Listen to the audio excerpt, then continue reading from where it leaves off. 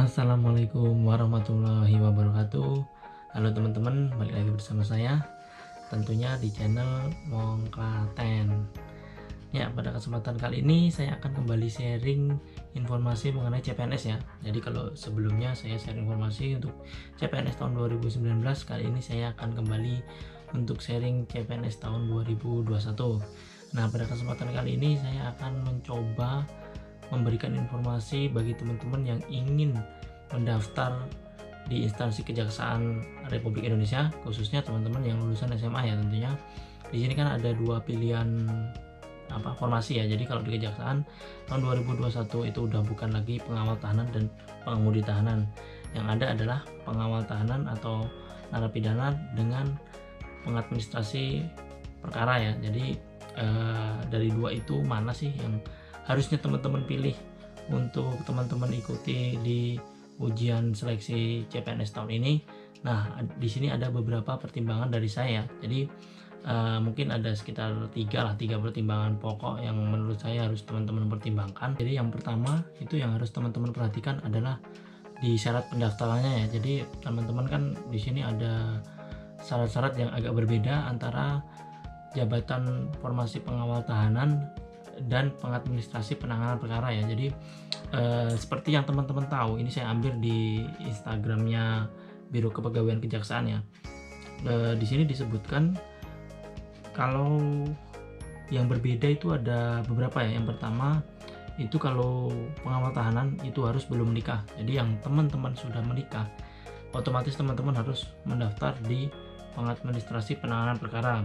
Terus yang kedua perbedaannya lagi itu ada sertifikat bela diri. Nah, ini untuk pengawal tahanan harus ada sertifikat bela diri atau satuan pengamanan. Jadi tidak boleh yang lain ya. Untuk itu mungkin kalau ada yang lain bisa dikoordinasikan di ini ya, helpdesk-nya Biro Kepegawaian. Di situ ada, nanti saya cantumkan di bawah juga. Terus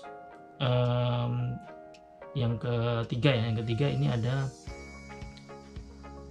tinggi badan dan berat badan. Jadi kalau pengawal tahanan itu harus tinggi badannya dan berat badannya itu sesuai dengan standar BMI dan ada batasan tinggi badannya. Kalau di pengadministrasi penanganan perkara itu hanya berat badan dan tinggi badan sesuai BMI, jadi tidak ada minimal tinggi badan yang disyaratkan. Nah, itu untuk tiga perbedaannya. Nah, ada 4. Yang satu, maaf kelupaan, ada usianya ya. Jadi teman-teman yang usianya 18 sampai 28 tahun itu bisa mendaftar pengawal tahanan.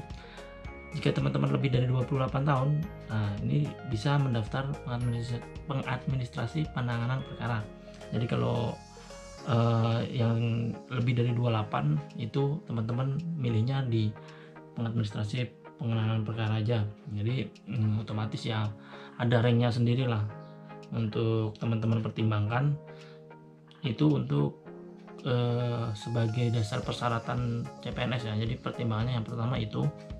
Terus yang kedua itu ada ini ya, beban kerjanya. Sebenarnya beban kerjanya itu tidak jauh berbeda ya. Mungkin yang sedikit mencolok itu kalau menurut saya itu kalau pengawal tahanan itu kerjanya banyak di lapangan ya. Jadi teman-teman tahu sendiri kan kalau pengawal tahanan itu yang awal tahanan dari rutan menuju pengadilan, saat sidang dikawal, itu tugas pokoknya begitu. Tapi untuk pengadministrasi penanganan perkara itu kayak ininya ya, yang melengkapi surat-surat pada saat penanganan perkara itu, entah itu dari tahap penyelidikan, penyidikan, penuntutan, eksekusi.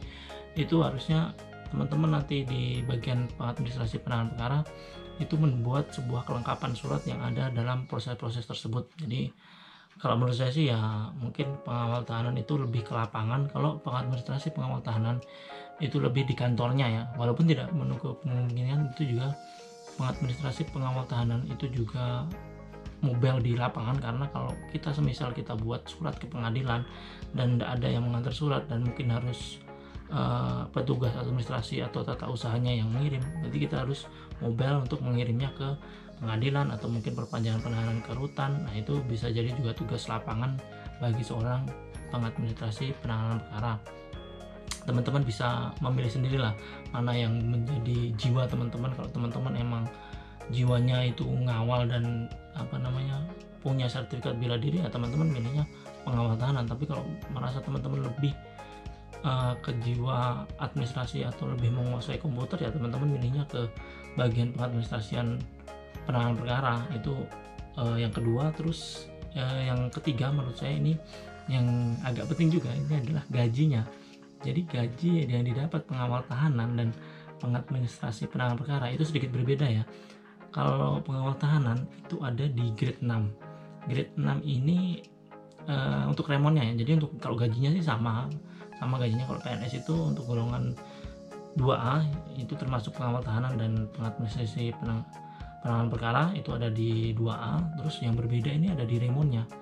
Pengawal tahanan itu ada di grade 6 dengan besarannya kira-kira ini ya 3.500.000. Saya agak lupa untuk besarannya. 3.510.400 rupiah itu untuk pengawal tahanan. Jadi selain gaji pokok itu ada tunjangan kinerja.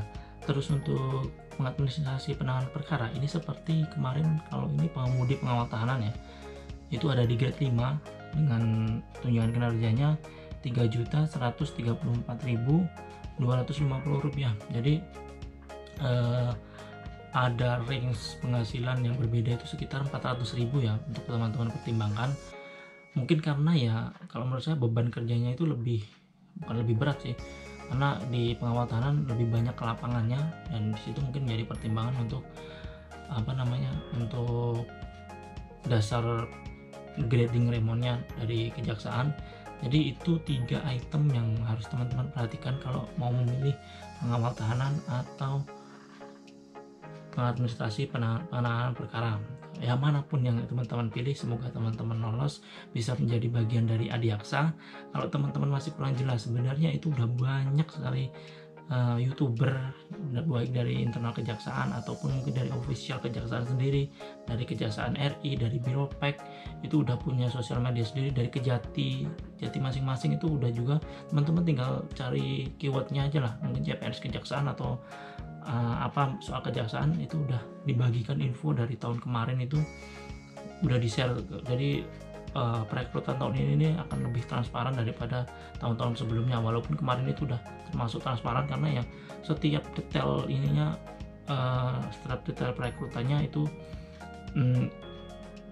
ada dokumentasinya. Jadi kalau teman-teman pengen cari info lebih banyak, cari info di Instagramnya Biro Pek dan Kejaksaan Republik Indonesia serta Kejati dan Kejari-Kejari yang ada di daerah. Cukup sekian dari saya. Akhirul kalam, wassalamualaikum warahmatullahi wabarakatuh.